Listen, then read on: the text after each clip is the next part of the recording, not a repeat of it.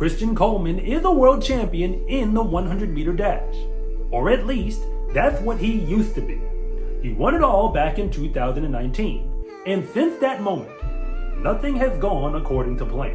He's actually the world record holder for the indoor 60-meter dash, which is perhaps the greatest display of raw sprinting ability that the world has ever witnessed. But almost nobody ever talked about Christian as one of the world's greatest sprinters. And it's probably because we haven't seen him in the front of the race since that time. Since Usain Bolt ever left the track, the world has been waiting for another sprinter to take the throne. Yet Christian Coleman not only belongs in the conversation, the crown has been waiting for him to claim it. So he is headed back to the World Championships with something to prove. And if he pulls it off, he can show that he is not just another fast American. He's actually one of the greatest sprinters that the world has ever seen, and might not ever see anyone like him again. And this is why.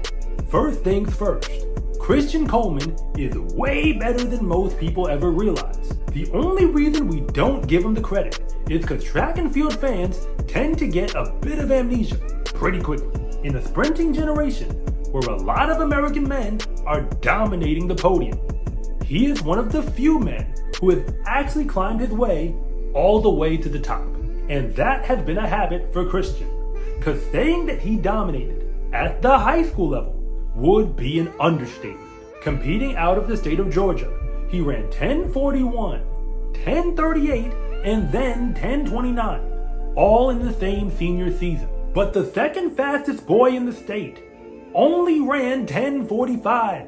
So he wasn't only the fastest, but he was clearly the best sprinter in the state. But at the private school state championship meet, he won the 100-meter dash by a full half second. As a sprinter who knows what it feels like to run in the front of the race in high school, in the 100-meter dash, it is incredibly hard to run legitimately fast times when there's nobody around to push you. But we all remember Christian Coleman from his time at Tennessee, where he would run past everyone, not just in the SEC conference, but in the NCAA. By the time he was a junior, he swept the nation in the short sprints. He won the 60-meter indoors and the 200 indoors.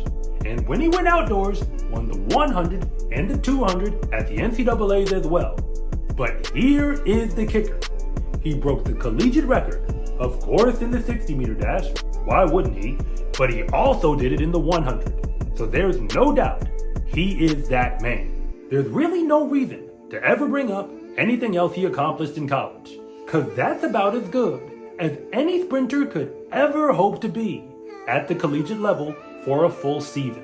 So by that point, anyone who was actually paying attention should know that he wasn't just fast anymore. He was a generational talent. And this is while competing in a generation with a whole lot of talent to go around. Even after finishing his 2017 collegiate season, he continued on to qualify for the World Championships. And most people already forgot, he didn't just make the final in the 100. He is one of the few men on the face of the earth who can actually say that he beat Usain Bolt in a 100-meter dash. He got second overall in the final to Justin Gatlin. But for the record, Justin Gatlin is an Olympic champion all the way back in 2004. So I guess that's an acceptable loss. And keep in mind, this is still less than 2 months after his college season ended. There was no outdoor world championship in 2018. So Christian Coleman had to keep busy. So he ran indoors, won the world title, and broke the world record in the 60-meter dash. The immediate year after, in 2019, he did what we all knew he was capable of. He won the 100-meter dash at the World Championships and beat Justin Gatlin to do it. The truth is that Christian Coleman was the best sprinter at whatever level he was competing at, all the way through to 2019. Things only came crashing down when he got suspended in 2020 for whereabout violations. That's a very confusing discussion that I'll have to get into at another time. But all that really matters is you don't actually have to fail a drug test in order to get suspended. And I am not a professional track athlete, but I have on good authority from those who actually are. It's way easier to get a whereabout violation than most people would ever think.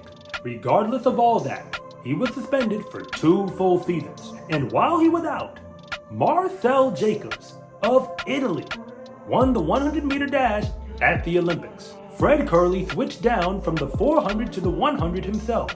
And Arian Knighton, who was only 13 years old in 2017, figured out that track and field and not football was actually the right sport for him. These are the types of reasons why Christian Coleman has been forgotten about as one of the world's greatest threats on a track. Gatlin ran for Tennessee, just like Christian Coleman, and he also claims he's innocent, and he very well might be. But all that matters is he served his suspension, and when he came back, he climbed his way back on top of the sprinting world.